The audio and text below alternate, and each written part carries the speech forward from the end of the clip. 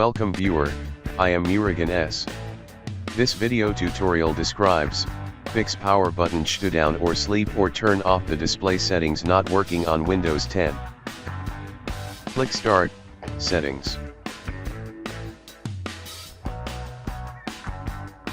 Click System Settings. Click Power and Sleep. Click Additional Power Settings. Click Choose what the power button does. When I press the power button, do nothing is selected.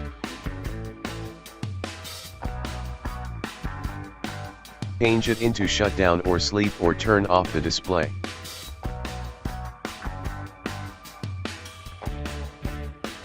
I hope this video tutorial helps to you. Please like, share and don't forget to subscribe my channel. Thank you very much.